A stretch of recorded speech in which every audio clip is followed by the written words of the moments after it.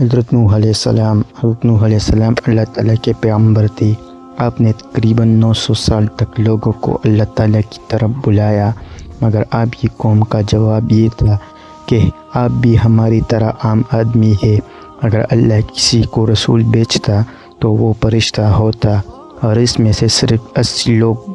لوگوں نے اسلام قبول کر دیا۔ اس لیے حضرت نوح علیہ السلام نے ان کے عذاب کی بد دعا فرمائی، جس کے نتیجے میں ان پر سیلاب کا عذاب نازل ہوا۔ اللہ تعالیٰ نے آپ کی قوم پر عذاب بھیجا اور آپ کو ایک کشتی بنانی اور اس میں اہل ایمان کو اور ہر جاندار پرندے کے ایک جوڑے کو رکھنے کا کہا۔ تب طوفان کی شکل میں عذاب آیا اور سب لوگ سوائے ان کے جو حضرت نوح علیہ السلام کی بتائی ہوئی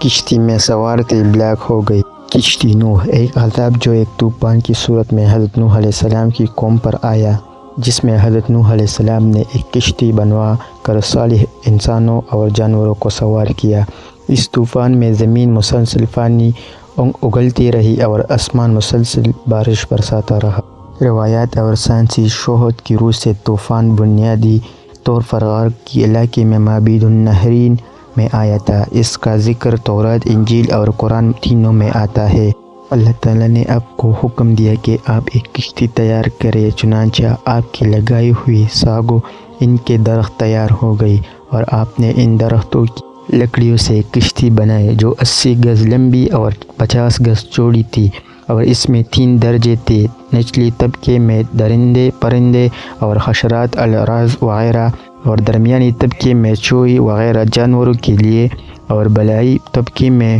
خود اور مومنین کے لیے جگہ بنائی۔ اس طرح یہ شاندار کشتی آپ نے بنائی جو آپ کی اور مومنوں کی محنت اور کاریگری کا ثمرہ تھی، جنہوں نے بے پناہ محنت کر کے یہ کشتی بنائی تھی۔ جب آپ کی کشتی بنانے میں مصروف تھے تو آپ کی قوم آپ کا مذاق اڑاتے تھے، طرح طرح کا تمسخر و استہزاء کرتے اور قسم قسم کے طعن بازی اور بدزبانی کرتے رہتے تھے، اور آپ ان کے جواب میں یہی فرماتے تھے کہ آج تم ہم سے مذاق کرتے ہو لیکن مت کبر، اور جب خدا کا عذاب بصورت طوفان آ جائے گا تو ہم تمہارا مذاق اڑائیں گے۔ جب طوفان آ گیا، آپ نے کشتی میں درندوں، چرندوں اور پرندوں اور قسم قسم کے حشرات العارض کا ایک جوڑا نر و مار سوار کر دیا، اور خود آپ اور آپ کے تینوں فرزند یعنی حام، سام اور ریافت اور ان کے تینوں کی بیوی اور آپ کی مومنہ بیوی اور 80 مومنوں مرد و عورت، کل 80 انسان کشتی میں سوار ہو گئے، اور آپ کی ایک بیوی وعلا جو کافرہ تھی، اور آپ کا ایک لڑکا جس کا نام کنعان تھا، یہ دونوں کشتی میں سوار نہیں ہوئی اور طوفان میں غرق ہو گئے۔ طوفان میں کشتی والوں کے سوا ساری قوم اور کل مخلوق غرق ہو کر ہلاک ہو گئی، اور آپ کی کشتی وجودی پہاڑ جا کر ٹھہر گئی، اور طوفان ختم ہونے کے بعد آپ کشتی والوں کی زمین پر اتر پڑے، اور آپ کی نسل میں بے پناہ برکت ہوئی کہ آپ کی اولاد تمام روائی زمین پر پھیل کر آباد ہوگی۔